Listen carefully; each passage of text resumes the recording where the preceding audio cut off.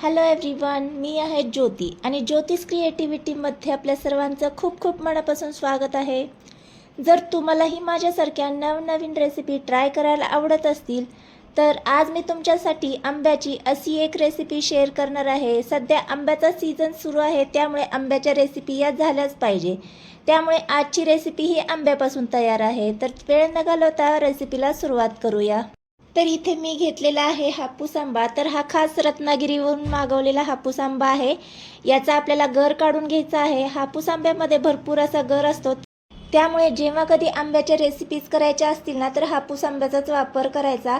तर 1 वाटी गर निघालेला आहे, त्याची मी मिक्सरमधून छान अशी पेस्ट करून घेतलेली आहे. आता ही साईडला ठेवून देऊ.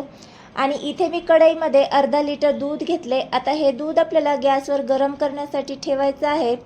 दूध कोमट झालं की यातलं थोडंसं दूध आपल्याला दुसऱ्या भांड्यामध्ये काढून घ्यायचं आहे. साधारण 2 पळी इतकं मी दूध काढून घेतले आणि शिल्लक जे दूध आहे ते आपल्याला गरम करायला ठेवायचं आहे. तर गरम करत असताना त्यामध्ये आवडीनुसार साखर ॲड करायची आहे आणि साईडला ठेवून द्यायचं आहे. गॅस मीडियम केला आहे. हे दूध गरम होतं आहे तोपर्यंत काय करूयात, हे जे आपण कोमट दूध एका भांड्यामध्ये काढलं होतं त्यामध्ये मिल्क पावडर काढून घ्यायची आहे 1/4 इतकी. छान एकजीव करून घ्यायचे, गाठी गुठळ्या होऊन द्यायच्या नाही आहेत. मिक्स करून झालं की यामध्ये जेवढी मिल्क पावडर घेतली तेवढंच आपल्याला कॉर्नफ्लॉवर देखील ॲड करून घ्यायचे. हे सुद्धा छान एकजीव करून घ्यायचे. आपण हे सगळं एकदम न वापरता स्टेप बाय स्टेप ॲड करत जाऊ, म्हणजे जसजसं आपण ॲड करत जाऊ तसतशा त्याच्या गाठी फोडायला आपल्याला सोपं जातं. त्यामुळे टप्प्याटप्प्यानेच हे सगळं मिश्रण ॲड करत जायचं.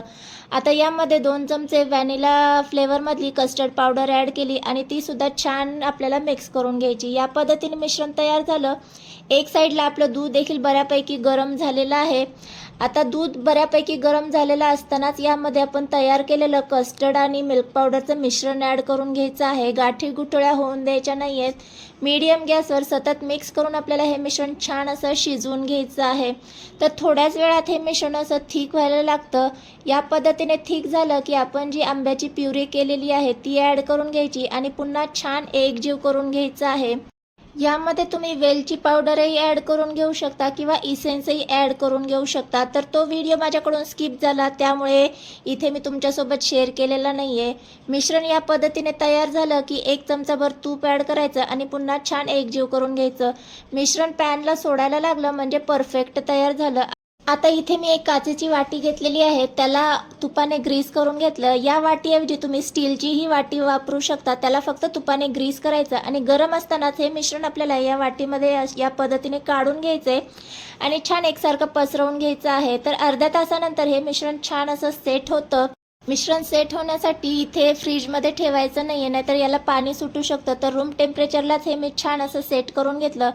आता बऱ्यापैकी सेट झाल्याच्या नंतर सुरीच्या साहाय्याने याच्या आपल्याला कडा सोडून घ्यायच्या आहेत आणि दुसऱ्या भांड्यामध्ये हे आपल्याला डिमोल्ड करून घ्यायचं आहे. तर इथे पाहू शकता खूप सुंदर अशी इथे मँगो डिलाईटची रेसिपी तयार झालेली आहे.